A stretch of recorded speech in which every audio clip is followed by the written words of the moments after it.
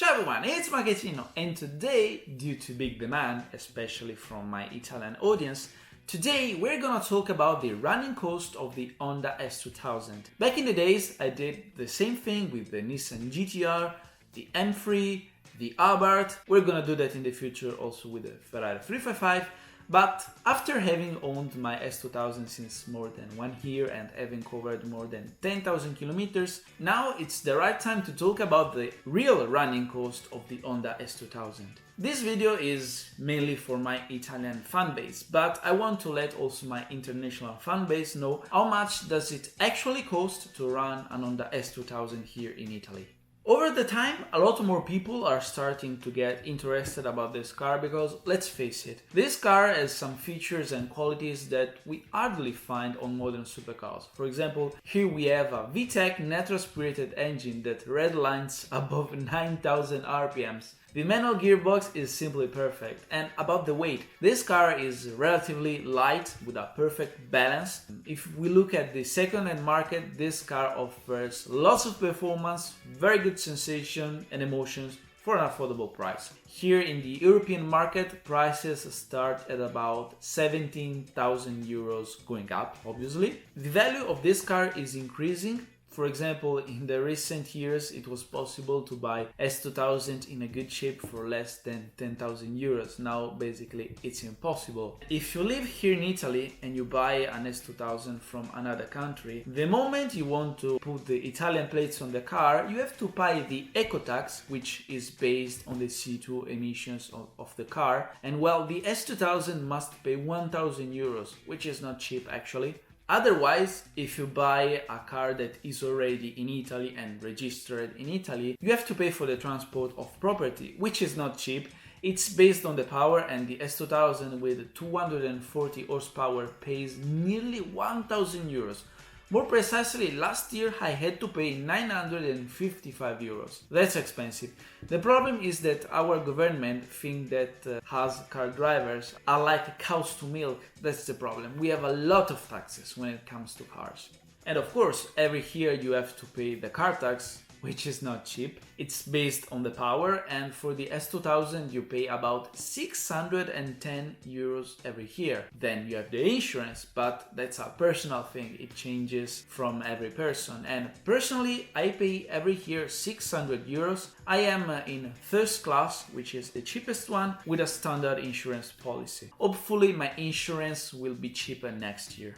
When a car here in Italy is more than 20 years old, you can ask for the certificate of historic interest, which is the same thing I asked for my Ferrari 355. And that's quite helpful because it helps you to have a cheaper car tax and insurance. So whether you decide to use this car or not, these are the standard and mandatory expenses you have to deal with. Then we have the running cost. I like to use the S2000 now that the project is complete, basically I daily use it. And honestly, under this point of view, I don't think this car is expensive. When it comes to service the car, the 2-liter VTEC engine holds about 5 liters of engine oil, so a standard service with the replace of the engine oil filter, it will cost you about 250 euros. If you go in an authorized Honda dealership, you pay a little bit more. I've read on the internet about 350, 400 euros. And considering that whenever I use the S2000 is to hear it shout at 9,000 RPMs and have fun with it, I decided to make this kind of service every 5,000 kilometers. I love to drive the S2000, I mean, it's brilliant. It's so light and sharp around the corners. And one thing you don't have to do is to buy cheap tires, because tires can change quite a lot the driving experience. On my car I'm running on Michelin Pilot Sport 4 tires.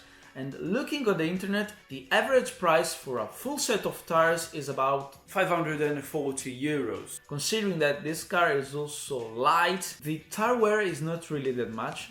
It's important from a sports car to have an engine that allows a quick acceleration, but you also need good brakes to have a quick deceleration. I haven't driven my S2000 on track yet, so for a road use, I think that the stock brakes are quite good. The first thing I did when I bought mine was to replace the wheel braking system, so I decided to went for brand new rear and front pads and brake discs. And I've spent about 190 euros for the pads and then 300 euros for the discs.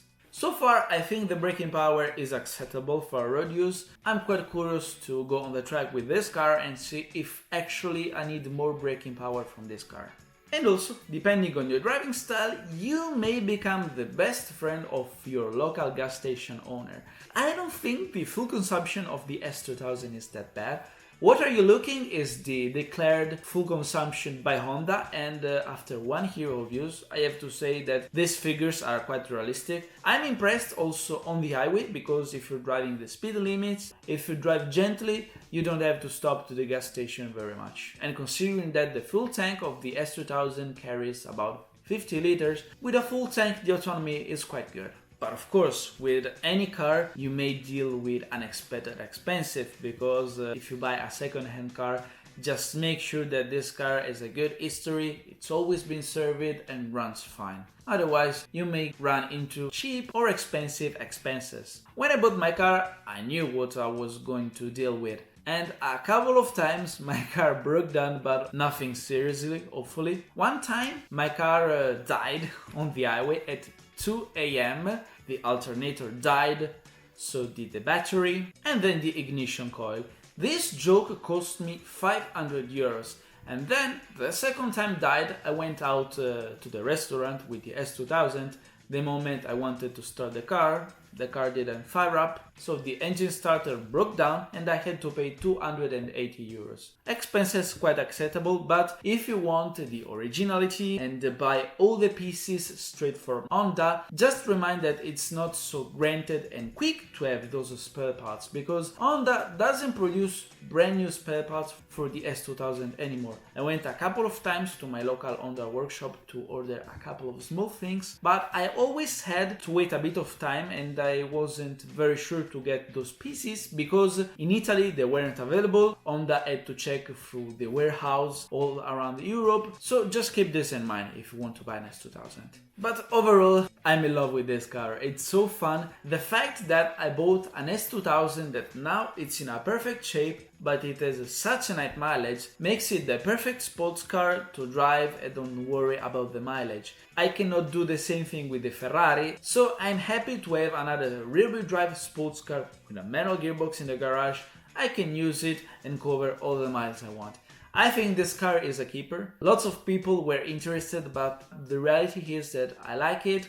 I love the fact it has a natural aspirated engine. It's so fun and exciting to drive, so I think I'm gonna keep this car for a very long time.